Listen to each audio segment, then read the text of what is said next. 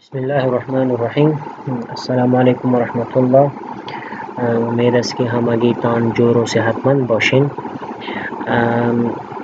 قسمی که میفهمین در سمستر شما با نام ادوانس وب پروگرامینگ یا وب پروگرامینگ 2 یک مضمون دارین که انشالله ما این مضمون امرایتان پیش میبرم.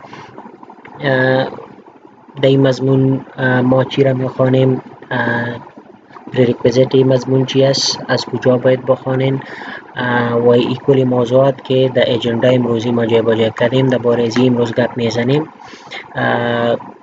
در اول وب پروگرامینگ 2 یا که ادوانس وب پروگرامینگ ما برش میگیم، این کورس چی را در بر میگیره و پریکویزیت برشان چی است. شما بهتر میفهمین که در سمستر پیش شما به نام وب پروگرامینگ یا وب پروگرامینگ 1 یک مضمون داشتین که در اونجا شما دینامیک وبسایت ساختن یاد گرفتین، دیتابیس سایت اسکریپتینگ یاد گرفتین که در اون مضمون شما پیچ پی را خواندین و با مختلف کارا را با پیچ پی کردین، از بیسیک استراکچر و سینتکس پیچ پی گرفته تا با ادوانس تا با دیتابیس و دیتابیس اپریشن ها و کلی چیزا را شما خواندین.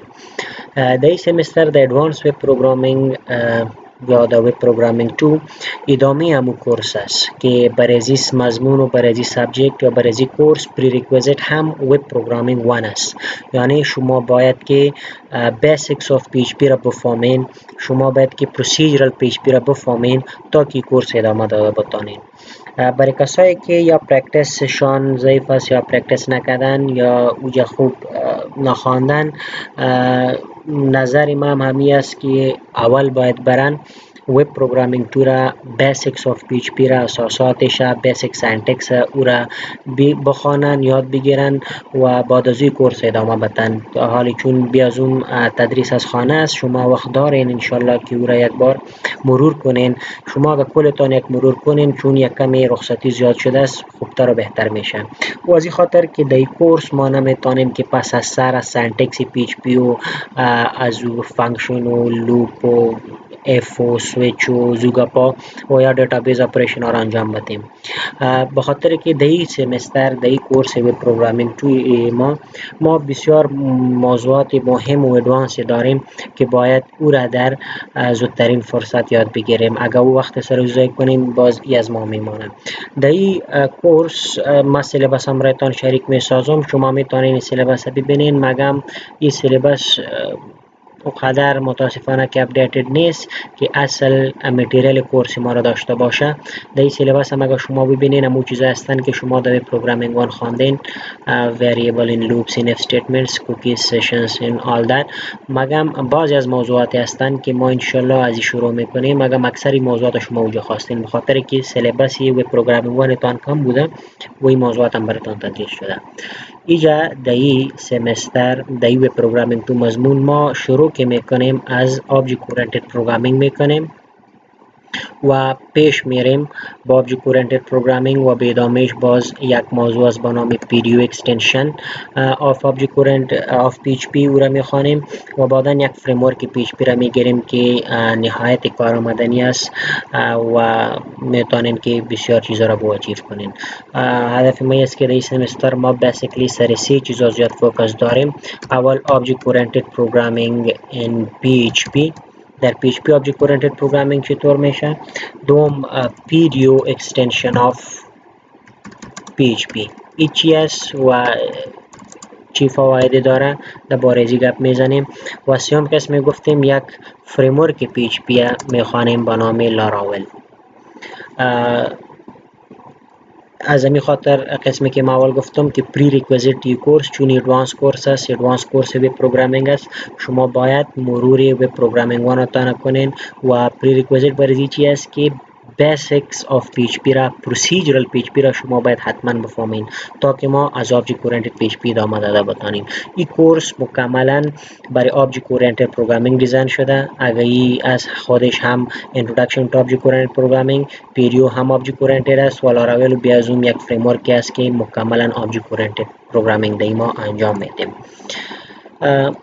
این درباره اینترودکشن کورس که چی را باید بخوانیم. متد آف دیلیوری البته براتان معلوم است چون یک پروگرامینگ سابجکت است، زیاد تئوریکال نیست. ما با همراهتان نوتا را شریک می سازم، ولی برای هر لکچر ما یک ویدیو تیار می کنم که در اوجا ما هم کوشش می کنم کنسپت دیلیور کنم و هم کوشش می کنم که کد نوشته کنم و آوتپوتش براتان نشان بدم. ویدیو همراهتان در LMS شریک می سازم. کورس متریالز از کجا شما خوانده میتونین؟ بر علاوه از که ما براتان ویدیو میتونم برای شما ما نوت تهیه کردیم. قسمی که امی سه موضوعات ایجا براتان نوشته کردم، گفتم آبجکت اورینتد، پیدیو و لاراول. به هر یکیش که میرفتیم ما براتان نوت مربوطهش انشالله در سیستمتان میمانم شما بخوانین. شروع چون از آبجکت اورینتد میکنیم، این نوت از روز اول براتان در سیستمتان میمانم. تقریبا که آبجکت اورینتد پروگرامینگ PHP را در بر میگیره با سینتکس و مثال و ایگاپایشان کلش همینجاست، شما از اینجا خوانده میتونین. بعدن که به موضوع دیگه میریم نوت ازورم در مو براتان اپلود میکنم. یک جای خواندن تانی است که نوت است. دوم ما میتونم کتابم رایتان شریک بسازم، کتابی PHP. اگر کس علاقه داشت که خوب دیپ اندرستندینگ آف the subject را داشته باشه، of the language را داشته باشه، باز ما کتابم رایتان شریک میسازم.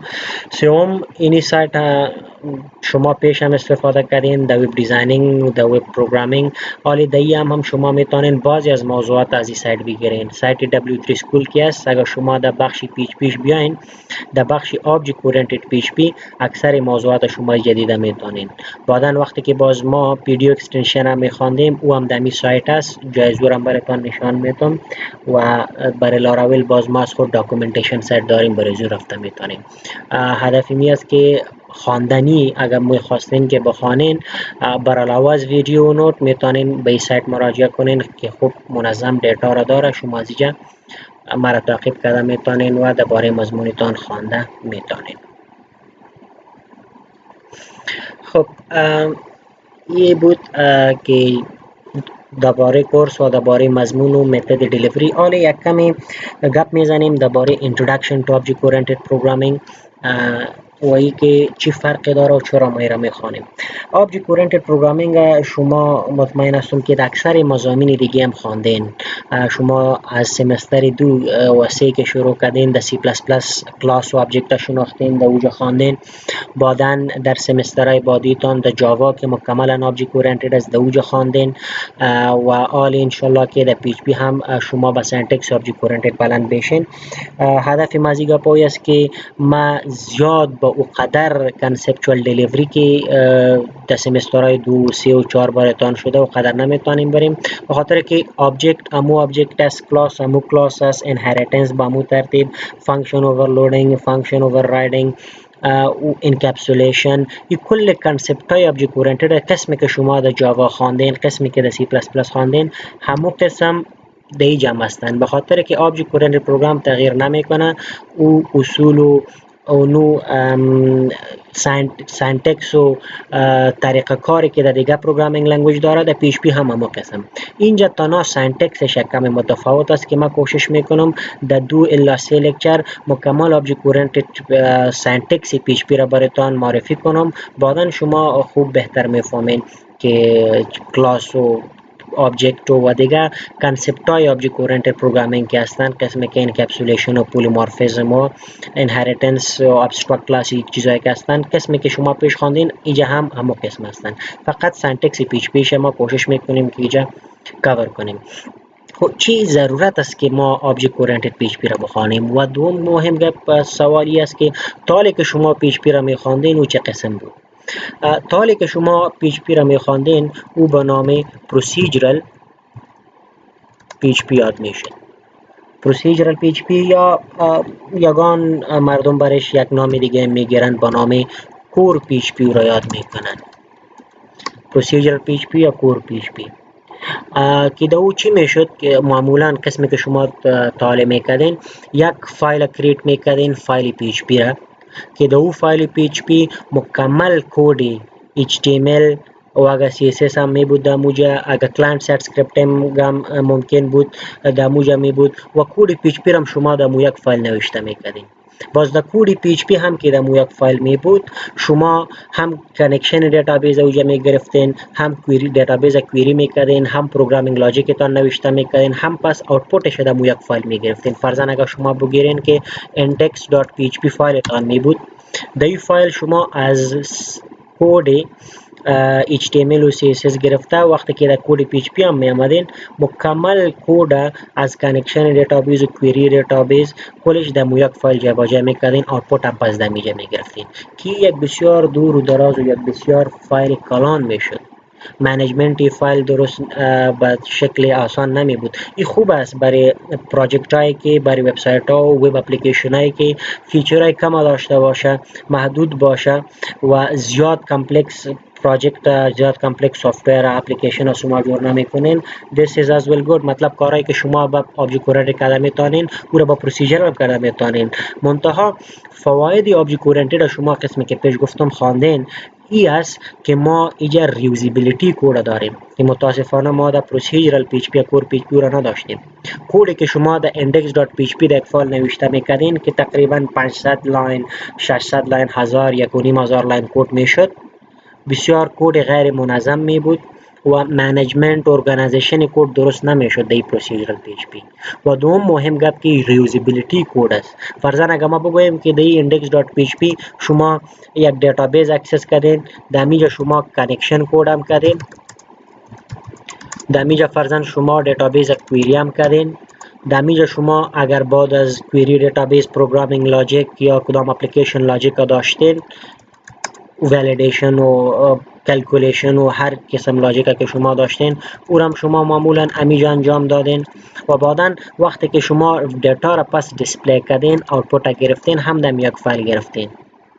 اگر احیانا یک وب پیج دیگه همین وبسایت یا همین پراجکت تان می بود، فرضاً اگر about.php را شما بگیرین و اینجا اگر قرار باشه که شما کد پیچ پر نوشته میکنین و دیتا را از دیتابیس میگیرین، همین کل کارا را باز تکرار میکنین که کانکشن کد کانکشن باز اینجا تکراری نوشته میکنین، مجبور هستین که کنین و کویری را پس همیجا میکنین. اگر اینجا مربوط از کدام اپلیکیشن لاجیک میشه او را همیجا نوشته میکنین و پس دیسپلیش هم همیجا میکنیم، آوتپوتش هم میگیریم. گرچه ما یک کمی در پروسیجرال پی اچ پی کد اسپلیت کرده میتونیم که کانکشن در یک فایل بگیریم و پس او فایل در مختلف پیجا اینکلود کنیم از طریق توسط اینکلود فانکشن پی اچ پی.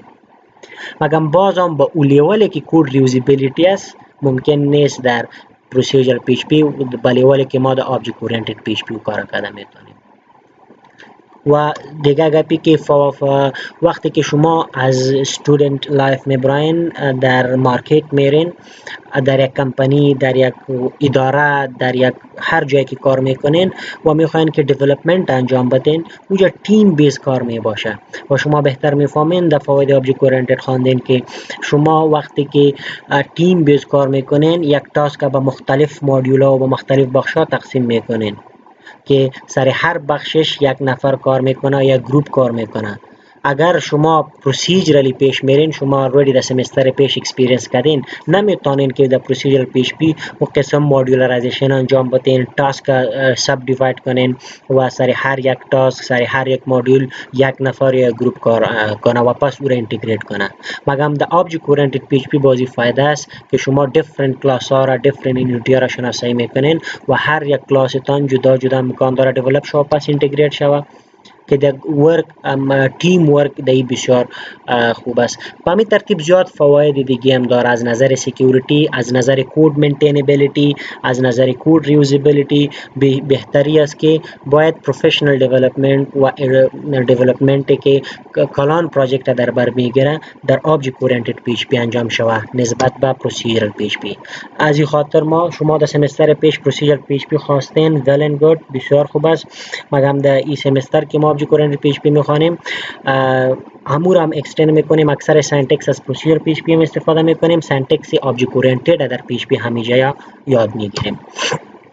دیگه با انوایرمنت پی اچ پی شما بلد هستین درباره جو گپ نمیزنم ومپ انشالله که الریدی کلی تان چی کردین انستال کردین و کنفیگر کردین یا ومپ است یا امرایتان زمپ است هر یکی که است شما با پیش رفته میتونین البته هر یکی تان یک دلخواه تکس ریتر دلخواهتان هم دارین ما معمولا از سبلیم تکس استفاده خواهد کردم و دیگه میفهمین که یک پروژکت بیسیک پی اچ پی را چطور کریت کنین ما یک مثال سادهش بریزی لکچر میگیرم بیسیک سنتکس و کلاس گرفتن و گپا گپ میزنیم باز انشالله ادامه در کلاس بعدی میکنیم فرضاً اگر ما بیایم و یک پروژکت کریت کنم شما میفهمین که باید ده اگر ومپ انستال کردین در www دایرکتری یا روت دایرکتری پروژکت تان بیاین و اینجا شما باید یک فولدر کریت کنین فرضاً من اینجا یک فولدر کریت میکنم یک پروژکت است نام برش میتونم آنلاین لکچرز فقط برای از که برای ما معلوم شود که این پروژکت مربوطی اینی کلاس ما میشه اینجا یک پروژکت کریت کردم حالا اگر شما بیاین و پی اچ پی لوکال هاست تان باز کنین سرور پیج تان ریفرش کنین اینجا پروژکت ما باید بیاید آنلاین لکچرز که برای حال خالی است خب اینجا ما چند تا فایل ها را جور میکنم همون ریگولر پرکتیسی که شما پیش هم انجام دادین منتها کوشش میکنم که کلاس و آبجکت و سنتکس آبجکت اورینتد برای شما اینجا من معرفی کنم یک empty فایل میگیرم تکست فایل و برای یک نام میتونم سپوز index.php اگر ما باز کنم خالی است و دایما همو بیسیک سنتکس یک پیج میگیرم سنتکس HTML5 که است online class on object oriented programming in PHP فرضاً اینجا ما یک h3 تگ میگیرم و نوشته میکنم که introduction to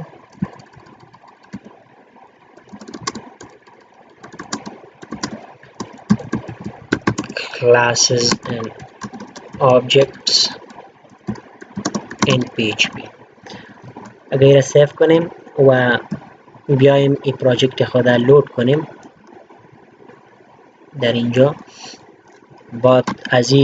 بعد از نام لوکال هاستتان نام سرورتان این اگر فکرتان باشه ما پورت نمبرش تغییر کردیم شما معمولا امریزی بلد هستین وقتی که ومپ انستال میکنین و او نورمالی رن نمیشه پورت ایتی که ومپ یوز میکنه با سافتور دیگه او را استفاده میکنه باز ما در اپاچی سرور در فایل htdocsش رفته ای پورت نمبر تغییر میکنیم این فقط اما قسم گپ است اگر شما لوکال هاست دارین امو درست است بعد از این نام پروژکت ما که ما نوشته کردیم آنلاین لکچرز سلش چون داخلش ما ایندکس فایل گرفتیم بای دیفالت امو پیج لود میکنه اگر شما اینجا نوشته میکردین index.php خب اگر میخوایم که یک کلاس بگیریم ما هر جای میتونیم که شما قسمی که بلد هستین بلاک پی اچ پی را جور کنیم و در داخل بلاک پی اچ پی کد پی اچ پی خود نوشته کنیم مگم قسمی که ما گفتم ما اینجا چی میکنیم separation of concerns یک کنسپت که است که ما میگیم که کد ما و بیسیک لاجیک ما یک جای باشه ویو ما دیگه جای باشه کنترلر و مدل ما دیگه جای باشه این گپایی که ما میزنم ویو کنترلر مدل این چیزایی را ما بعداً با تفصیل میخوانیم حالا در ویدیو فقط ما بیسیک سنتکس آبجکت اورینتد پی اچ پی را براتون معرفی میکنم درباره جو باز گپ میزنیم هدف ما این است که حال ما کوشش میکنیم پیشواری پروسیجر پی اچ پی واری دم یک فایل یا دم یک index.php کل کد پی اچ پی خود جای با جای نکنیم بلکه چی کنیم جدا کنیم کلاس های پی اچ پی را جدا کنیم ویو ها را جدا کنیم ایرا که شما میبینین ویو است که یوزر باش اینتراکشن میکنه کنترلر ها را جدا کنیم به این ترتیب سپریشن اف کنسرن از هدف ما است فرضاً ما این فایل اینجا سیو کردم اینجا میایم دمی پروژکت خود و یک فایل دیگه را میگیرم میخوایم یک کلاس را جور کنم که در پی اچ پی ما چطور میتونیم یک کلاس را جور کنیم ما دایرکتلی اینجا باز یک فایل پی اچ پی نو جور کرده میتونم به خاطر یک پی اچ پی کلاس مگم خوب پرکتیسی است که ما قسم گفتم یک فولدر استراکچر دایرکتوری استراکچر را فالو کنیم تا که ما بفهمیم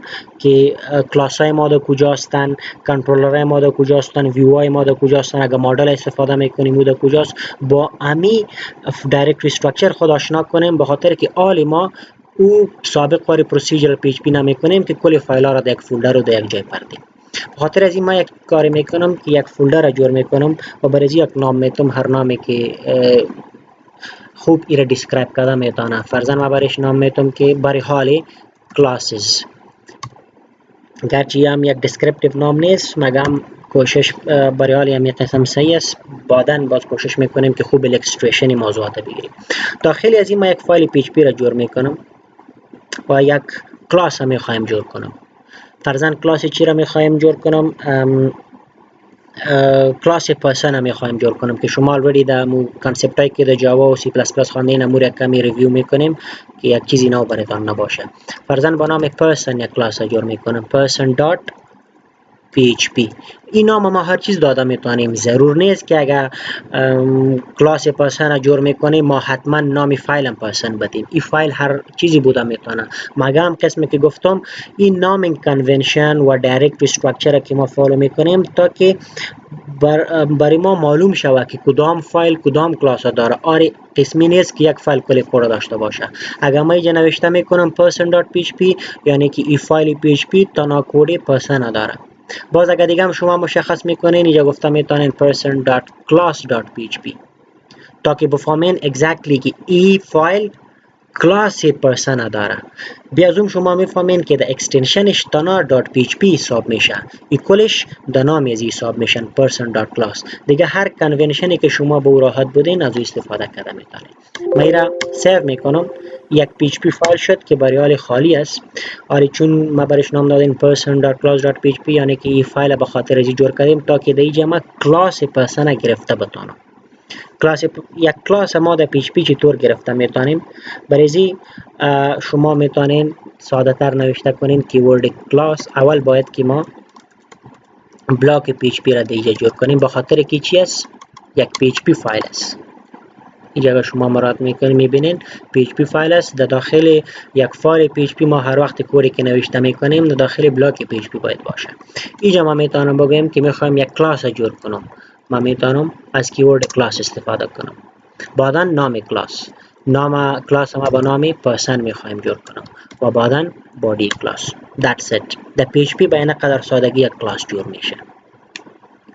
خب این کلاس معمولا شما میفهمین کلاس چی است. کلاس دو نوع ممبر داره که یکی شما دیتا ممبر میگیم، دیگه شما ممبر فانکشنز میگیم. در اینجا هم در PHP هم ما امو کانسپت داریم. میتونیم آلی دی کلاس پرسن دیتا ممبرسشان بگیریم که وقتی که باز آبجکت جور میکنیم اتریبیوت از او آبجکت حساب میشه و ممبر فانکشن یا بیهیویر کلاس ما دو دیفاین کنیم. ما از این خاطر قسمی که پیش گفتم نمیتونم که پس از سر کلی آبجکت اورینتد شروع براتون کنم. اینجا فقط سنتکس براتون میگم، شما میتونین از او فایل هم کانسپتش بخونین، ما براتون نوت که میتونم و یک مروری آبجکت اورینتد در هر زبانی که میکنین بکنین تا که امو کانسپتش داشته باشین. طریقه و شیوهش ما در PHP براتون اینجا نشان میدم. فرضاً این یک پرسن کلاس شد. آلی اگر ما بخوایم که یک دیتا ممبرش بگیرم، اکسس اسپسیفایرش مشخص میکنیم، فرضاً پابلیک و بعداً یک ممبر. فرضاً در PHP که ما یک ممبر وریبل میگیریم با دلار ساین میگرفتیم و میگیم که person has a name، نام داشته می باشه و فرضاً ما یک initial value برش میتونم علی، یک ممبرش کلاس شد. فرضاً میگم که یک پرایویت ممبر داره کلاس به نام ایج، نمیخوایم که عمری از یاد ما با کس شریک سازیم و یک اینتیجر وریبل که 50 سال عمر داره. فرضاً یک پروتکتد ممبر داره این کلاس به نام فرضاً اکاونت که با چایلد کلاس تنها شریک بوده میتونه، دیگه هیچ کسی را دیده نمیتونه. فامیلی اکاونت سپوز و برای ما میتونم که سپوز عزیزی بانک اکاونت، فقط یک متن برش میتونم دیگه بعدا میبینیم. اینجا اگر شما فکرتان باشه اینی سه اکسس مودیفایر یا اکسس اسپسیفایر شما در آبجکت اورینتد پیش خواندین، همه قسم اینجا در پی اچ پی هم است. مطلب ایره که ما پبلیک گرفتیم، این ممبری کلاس، دیتا ممبری کلاس هر جا اکسس میشه، بیرون از کلاس، داخل از کلاس. اگر پرایوت گرفتیم این تنها در داخلی کلاس اکسس شده میتونه، و اگر پروتکتد گرفتیم در داخل کلاس و در چایلد کلاس اکسس شده میتونه، دیگه هیچ جای نی. در بارزی بازم بعداً گپ میزنیم و شما ای رو خواندینم. با می ترتیب اگر فرضاً ایره همه قدر میمانم پیش از اینکه ما فانکشن ها رو بگیرم، یک کلاس ما شد.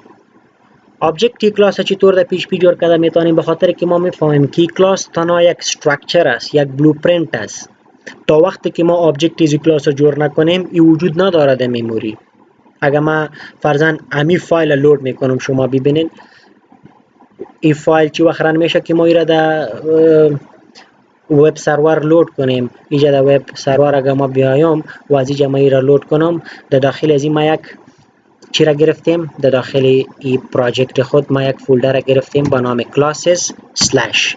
اگر ما انتر کنم شما ایده میتونین که در داخل دایرکتری آمدم و اینجا ما اینی فایل دارم با نام person.class.php. رن میکنم خالی است، گرچه ما اینجا کلاس دیفاین کردیم. کلاس ما تنها دیفاین کردیم تاله، کلاس انستنشیت نکردیم. آبجکت کلاس وجود نداره و تا که آبجکت نباشه این تنها یک نقشه است، یک بلوپرینت است که در میموری تاله جور نشده. مطلب که وقتی که ما آبجکت از را جور کنیم این در میموری وجود پیدا میکنه و باز ما را دیده میتونیم. فرضاً اگر ما یک آبجکت از را جور کنم، در آبجکت چطور جور میکنیم در پی اچ پی؟ یک وریبل کریت میکنیم، قسمی که یک ساده وریبل، فرضاً ما را نام میتونم obj is equal to new keyword و بعدا نام کلاس person. that's it. با این شکل هم کده میتونیم و ما با این شکل هم کده میتونیم. درست است. در پی اچ پی تا وقتی که ما explicitly constructor define نکده باشیم، constructor چی است در باره ازو میفهمین. خب بعدا گپ میزنیم تا که کنفیوز نشین. این شکل جور کردن یک آبجکت در پی اچ پی است. ایرا شما بلد هستین یک نورمال وریبل جور کردیم و چی را برش اساین کردیم؟ نیو پرسن، یک انستنس زی کلاس.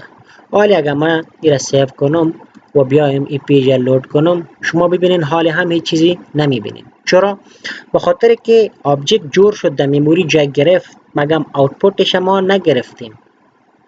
در پیج برای ما چیز نشان نمیده. به خاطر از اینکه ما آوتپوت از را بگیریم، ما میتونیم که به چند طریقه ببینیم که آبجکت جور شده است یا نشده. یکی که ما یک فانکشن داریم با نام var underscore dump. اینی میتونه است. این چه میکنه؟ این درباره آبجکت کلی دیتیل برای ما نشان میده. اگر ما برای این آبجکت پاس کنم و این را سیو کنم، این پیج ریفرش کنم، شما ببینید اینجا برای ما این میگه که در این فایل ما در لاین نمبر 13 که ما استیتمنت درن کردیم چی است؟ یک آبجکت است. آبجکت کدام کلاس است؟ پرسن کلاس است و این اول آبجکتش است. و در او آبجکت چی وجود داره؟ یک پابلیک ممبر است string type علی لنتش سی، یک پرایوت ممبر است انتیجر 50 و یک پروتکتد ممبر است که اینی ولیوش است. این را شما از اینجا دیده میتونید. var underscore dump فقط اینی کار میکنه که اینی آبجکت براتون دمپ میکنه و براتون دیتیل و معلوماتش از میموری نشان میده. خب ما معمولا آبجکت دمپ نمیکنیم، بلکه از او آبجکت ممبرایش اکسس میکنیم یا ولیو برش اساین میکنیم یا ولیوش شو میکنیم. برای ما چی کار باید بکنیم؟ فرضاً این آبجکت است، مختلف دیتا اتریبیوت داره، آلی ایکولی ممبرای کلاس ممبرای آبجکت شدن و این دیتا ممبرایش اتریبیوت از حساب میشه. وقتی که در پی اچ پی ما یک اتریبیوت یا دیتا ممبر یک آبجکت اکسس میکنیم، به چه شکل میکنیم که نام آبجکت نوشته میکنیم $obj و بعدا از این علامت نمبر استفاده میکنیم. صحیح است؟ این چطور میاد؟ داش و greater than sign ما نوشته میکنیم یا علامت نمبر، به خاطر ممبرای یک آبجکت و یا ممبرای یک کلاس ما استفاده میکنیم وقتی که یک ممبرش ما میخوایم اکسس کنیم. فرضاً کدام ممبرش میخوایم اکسس کنیم؟ نام. باز ما چی نوشته میکنیم؟ نیم. و میخوایم که ای برای ما دیسپلی شود. این را ما ایکو میکنم. سیو in refresh. اینجا ما یک error داریم. چی میگه؟ unexpected $of obj. $of obj را ما درست جور کردیم. good. خب اینجا در PHP ما یک کنونشن داریم که یک بار ما خب اینی ایکو یک غلط است. حالا اگر ما سیو کنم refresh کنم now we have another error undefined variable name. save and refresh. آره شما ایده میتونید. کنونشن چی بود؟ خب اول error چی بود که ایکو را غلط نوشته کرده بودم. دوم error که ما اینجا دلار داده بودم و امیر شما باید بفهمید. تا شما در پروسیجرال PHP هر وقتی که یک وریبل جور میکردین با دلار ساین جور میکردین، درست است؟ و وقتی که وریبل یوز هم میکردین پس با دلار ساین یوز میکردین. فرضاً اینجا که شما اگر ازیوم کنیم که یک پروسیجرال PHP می بود، شما چطور این نام ایکو میکردین؟ نوشته میکردین ایکو $of name. مگم اینجا در آبجکت اورینتد PHP وقتی که با آبجکت ما یک ممبرش اکسس میکنیم ما باز دلار علامت نمبر اینجا استفاده کرده نمیتونیم. ما او را استفاده نمیکنیم به خاطر که دلار علامت نمبر ما با آبجکت استفاده کردیم. و حالا میخوایم اتریبیوت یا آبجکت اکسس کنیم که اتریبیوتش تنها ما نامش اکسس میکنیم. کلی دلار ساین وریبل واری یک ما را اکسس نمیکنیم، یک اینس چی واری اکسس میکنیم، یک ممبر آبجکت واری را اکسس میکنیم با این سنتکس. ولی فرضاً اگر ما بخوایم دیگه ممبرش اکسس کنم میخوایم ایکو کنم $of obj فرضاً age. چی فکر میکنین؟ exactly fatal error cannot access private property. قسمی که ما برایتان گفتم ایرا ما پرایویت گرفتیم و این تنها سکوپش داخلی کلاس است، فایل نه بلکه کلاس. اگر شما فکرتان باشه این کلاس از اینجا شروع تا به اینجا است. بادی کلاس و داخل کلاس ما اینی جای میگیم در داخل دو قوسا. بیرون از این کلاس هر جایی که باشه ما نمیتونیم این پرایویت ممبر اکسس کنیم. با همین ترتیب اگر ما اکاونت میخوایم اکسس کنم که ممبر پروتکتدش است ایرا رفرش میکنم همه قسم یک error برای ما میده که پروتکتد پرایوتی را هم ما بیرون از کلاس اکسس کردن نمیتونیم. این پروتکتد پراپرتی هم تنها میتونه که در کجا اکسس شود؟ در داخلی کلاس، در داخلی دو قوسای کلاس که بادی کلاس است و یا در چایلدی کلاس وقتی که اینهریتنس دیدیم بازی را میبینیم. تنها پابلیک ممبری کلاس است که بیرون از کلاس اکسس شده میتونه. بهتر. خب این بود یک کلاس چطور در PHP جور میکنیم، آبجکتش چطور انستنشیت میکنیم. پس میگفتم ما اگر این دو قوسا را پس کنیم باز هم آبجکت جور میشه و کار میکنه. در PHP اینی فلکسیبیلیتی است. مگم اگر نوشته میکنیم باز هم کار میکنه کی منظور کنسترکترش هست. وقتی کنسترکتر خواندیم را میبینیم. دوم گپ قسم گفتیم اینجا ما کلاس را در فایل جور کردیم، حال ضرور نیست که ما در همین فایل پس ایرا انستنشیت کنیم و دیتاش اکسس کنیم. و خوب پرکتس هم نیست. به خاطر سپریشن آف کنسرن که ما این کار کردیم او را پس ما وایلیت نمی کنیم. ما چی باید کنیم؟ در یک فایل دیگه فرضاً ما اینجا در ایندکس ضرورت دارم که انستنشیشن او کلاس پرسن کنم، آبجکتش اینجا کریت کنم و ممبرش اکسس کنم. این کار ما چطور کرده میتونم؟ ما همون کاری جمع کرده میتونم که ما یک بلاک PHP را بگیرم و داخلی بلاک PHP آبجکت او پرسن کلاس را جور کنم. فرضاً ما همه قسم نوشته میکنم $of obj is equal to new person. نام فایل نیست، این نامی چی است؟ نام کلاس است. به این ترتیب. و آره اگر ما بگویم که $of obj و میخوایم که نامش ایکو کنم چی فکر میکنین؟ ما کدام فایل حالی میخوایم اکسس کنم؟ در ایندکس اینستنشیشن کردیم. حالی اگر ما ایره رفرش میکنم و خالی است به خاطر که در پرسن ما ایره کامنت کردیم تنها کلاس جور کردیم، آبجکتش در ایندکس جور کردیم. حالی ما باید ایندکس اکسس کنم که ایندکس ما بگه کجا اکسس میشه؟ index.php. دیدین چی میگه که class person not found. این درست است که ما مادولارایزیشن میکنیم، فایل ها را جدا جدا میمانیم، مگم اگر شما با چی بلد باشین با جاوا اوجا دایرکتلی در یک پکیج اوجا کل کلاس ها حساب میشن و شمار میشن و پکیج و امو آیدی جاوا که است یا نت بینز یا اکلیپس او را منیج میکنه که کلاس جور شد، کلاس شناسایی شوه و او رفرنسینگ انجام بده. اینجا در پی اچ پی ما میفهمیم که ما فقط از تکست ادیتور استفاده میکنیم، اینجا کدام آیدی وجود نداره، کدام پکیج وجود نداره، از این خاطر این کل کارا را ما باید منولی انجام بدیم تا وقتی که ما با کدام فریم ورک رو را نگردانیم که بعدا ما او کارا میکنیم. در این مرحله ما باید چی کنیم؟ این میگه که این پرسن کلاس ما هیچ نمیشناسم که تو در کجا دیفاین کردی، به خاطر که اگر ما در این فولدر بیایم جایی که پراجکت خود کریت کردیم، در داخل پراجکت این index.php یک علیحده فایل است، این کلاسز یک فولدر است که این فایل هیچ ازش خبر نداره. در داخل کلاسز ما person.class.php داریم که هیچ از ایندکس خبر نداره و ایندکس از این خبر نداره یا یک دیگه خود نمیشناسن. این index.php نمیفهمه که پرسن کلاس در کجا دیفاین شده است، اگر در داخل index.php نیست باز نمیشناسش، گرچه او یک فایل جداست. باز ما چی باید کنیم؟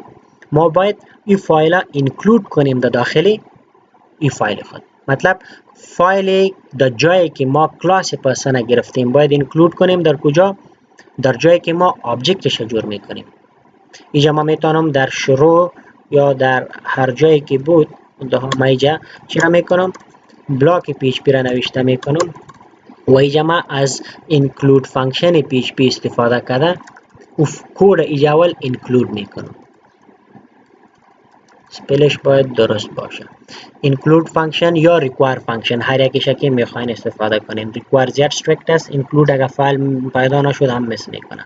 اینجا ما چی باید کنیم؟ یک relative path باتیم یا باید یک absolute path باتیم. relative path باتیم خوب است، مطلبی که ما در اینجا نوشته میکنم include فانکشن در فایل index خود، در فایل index.php خود. از اینجا ما پات داده میتونم که باید در داخل کلاسز بره سلش و داخل کلاسز که آمد اینی فایل که است با نام person.class.php کود از اینجا برای ما اینکلود کنم. حالا اگر درست نوشته کرده باشیم موی پیج ما لود کنم exactly it works. چی کردیم؟ در فایل index آبجکت پرسن جور کردیم که پرسن کلاس در کجا دیفاین است؟ در یک فولدر جدا، در یک فایل جدا دیفاین است. مگم چون که اینجا اینکلود کردیم این کود در این فایل اینکلود میشه. حالا پرسن کلاس اینجا شناسایی میشه و میتونم که این ممبرش اینجا ما اکسس کنم. درست است؟ با می ترتیب حالا میتونم که فرضاً یک آبجکت دیگه از این کلاس رو جور کنم، فرضاً میگم که obj2 is equal to new person. با مو طریقه دوم که بدون قوسای کنسترکتر میتونیم جور کنیم تا یک وقتی که کنسترکتر دیفاین نکنیم explicitly. حالا فرضاً ما میتونم که بگویم که variable underscore dump and dollar of obj2 save and if you refresh it یم آبجکت دومی. درست است؟ خب برای امروز شما اگر همه قدر پرکتس کنین که کلاس جور کنین، مختلف ممبرایش ترای کنین و او را اکسس کنین، مگم پیش از این شما پروسیجرال پی اچ پی را یک بار مرور کنین، به خاطر که شما میبینین اکثر چیزها را موضوع پی اچ پی استفاده میکنین. باز نمیتونیم که وقت سریزی کنیم و در این کورس هم چون کورس شارت است از بجای 16 هفته مجبور هستیم در 2 هفته کلی کار انجام بدیم و بعد از این ما کارهای بسیار مهم داریم که در لاراول یاد میگیریم و در پی دی او. شما یک مرور سریزی کنین و یک مرور بالای object oriented programming در عموم کنین. او دلتان که در جاوا میکنین یا در سی پلاس پلاس کلاس و object پی کانسپت ها یاد بگیرین تا که اینجا وقتی که ما فقط سنتکس در پی اچ پی براتون قسم نشان میتم شما باید کلیر باشین. به خاطر از این امروز همه قدر کافی است، دیگه ادامهش در کلاس بعد ان شاء الله میبینیم.